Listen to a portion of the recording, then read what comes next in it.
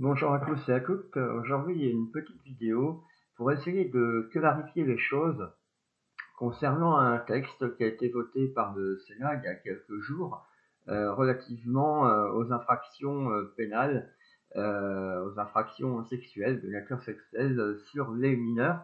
Et un texte qui a fait pas mal de buzz sur les réseaux. On a vu pas mal de posts en disant voilà, à partir de 13 ans, moi je ne suis pas consentant à 13 ans, etc. Alors je vais essayer de très rapidement poser les choses clairement pour que tout soit clair. Alors, première remarque d'abord, ce texte il a été voté par le Sénat en première lecture. Ce n'est pas un texte qui s'applique. Hein. On a une procédure d'adoption de la loi en France qui fait que les textes doivent être votés par le Sénat, par l'Assemblée nationale, etc., avant de pouvoir entrer en vigueur. Donc pour l'instant, ça ne reste qu'une proposition de loi. Mais si ce texte venait à être adopté, quelle serait la réalité des choses? Eh bien, c'est simple. Le texte en question pose un principe qui est que toute relation sexuelle d'un majeur sur un mineur de 13 ans serait un crime. Crime puni de 20 ans de réclusion criminelle. Voilà. Ça, c'est la nouvelle disposition.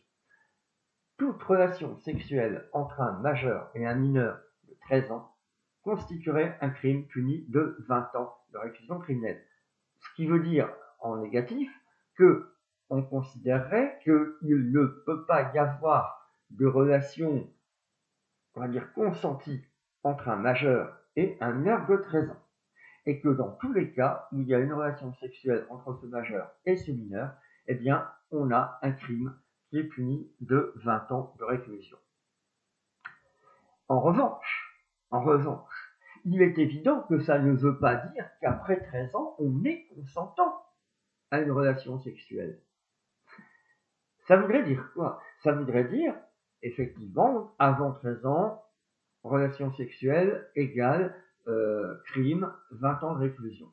Au passage, je vous signale que 20 ans de réclusion criminelle, c'est aujourd'hui la peine pour un viol, en fait, sur un mineur.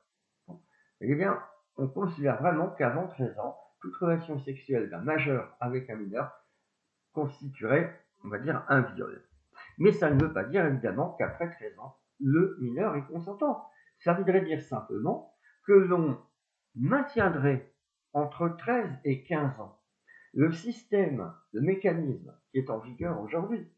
C'est-à-dire que, par principe, et ça il faut bien insister là-dessus, par principe, le droit pénal réprime les comportements de nature sexuelle d'un majeur sur un mineur. Et on distingue, aujourd'hui, est-ce qu'il y a eu contrainte, menace, violence, surprise, et dans ce cas-là, on parle d'agression sexuelle, avec des peines qui peuvent, s'il n'y a pas eu de pénétration, qui peuvent aller jusqu'à 10 ans d'emprisonnement, voire plus, dans certains cas, avec des circonstances aggravantes, ou alors on va parler d'atteinte sexuelle, avec des peines un peu moins lourdes, parce qu'on va considérer qu'il n'y a pas eu, de la part du majeur, de contrainte, menace, violence ou surprise. Donc on garderait ce système-là, c'est-à-dire qu'entre 13 et 15 ans, eh bien, on examinerait la situation. Le juge rechercherait si, effectivement, il y a eu ou non menace, contrainte, violence ou surprise. Et que se passerait-il? S'il n'y en a pas eu, eh bien, il y a quand même infraction pénale. Je le redis clairement. Un acte de nature sexuelle entre un majeur et un mineur de 15 ans est une infraction pénale. Plus ou moins grave, selon qu'il y a eu ou non, entre guillemets, parce que le mot perturbe beaucoup, mais consentement. Et il faut savoir également que la loi prévoit, en quelque sorte, elle aide un peu les juridictions, la loi prévoit que la différence d'âge peut être l'élément qui conditionne la contrainte. Autrement dit, si je résume, si le nouveau texte était adopté, avant 13 ans, pas de difficulté, automatiquement, relation sexuelle égale crime 20 ans. Entre 13 et 15 ans, eh bien, on laisserait, comme c'est actuellement le cas, le juge apprécier la situation de manière concrète, c'est-à-dire la situation par rapport tant à la victime que à l'auteur. Quelles étaient les capacités propres du mineur, quelles étaient ses connaissances, etc. Bref, le juge statue. Alors, il ne faut pas non plus, ça aussi je tenais à le dire, on monte en épingle une ou deux affaires qui, a priori, peuvent sembler choquantes. On parle, il y a quelques affaires qu'on a évoquées en disant, voilà, un majeur de 20 ans, une mineure de 11 ans, et on a considéré qu'il n'y avait pas contrainte, etc. Il faut quand même reconnaître, il faut savoir que dans l'énorme majorité des cas, les juridictions vont retenir la contrainte quand même. Il ne faut pas penser que tout est... À titre personnel, quel est mon avis sur le nouveau texte? Je suis assez partagé, parce que évidemment, on ne peut que se réjouir du fait que le nouveau texte apporterait une protection encore accrue aux mineurs. Et puis, il soulagerait, entre guillemets, les juridictions pénales de cette réflexion sur la capacité du mineur, etc., à consentir. En revanche, mais j'insiste bien quand même, le texte en question est un véritable texte de protection et il augmenterait la protection du mineur. Ça, c'est très important parce que c'est exactement le contraire que l'on voit sur les réseaux sociaux. Pour ma part, je suis assez peu favorable aux seuils. Pourquoi? Parce que les seuils, ce sont des couperets. Or, alors, à 13 ans moins un jour, on serait absolument incapable de consentir à quoi que ce soit, et à 13 ans plus un jour, ça changerait tout.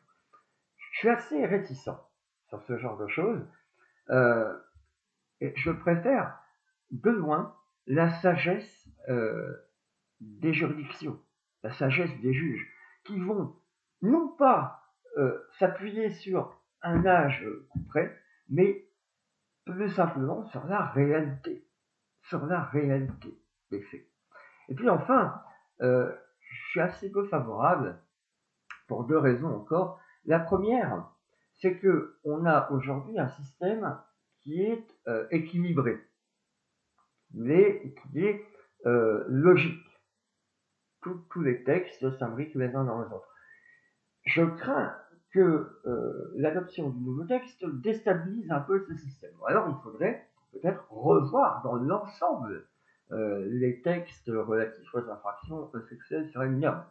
C'est pas l'objet. Et puis, dernier argument qui me fait douter, c'est que il a fallu attendre la Révolution française pour que toute idée de morale, et encore, on pourrait en discuter, mais pour que toute idée de morale soit exclue des infractions sexuelles. Or, il me semble que venir poser cet interdit couperet de 13 ans, il me semble que c'est un retour de la morale dans les infractions pénales. Pourquoi 13 ans? Pourquoi un couperet? Parce qu'on considère qu'avant, voilà. Ça me paraît très contestable. Et là, c'est un avis qui est purement personnel.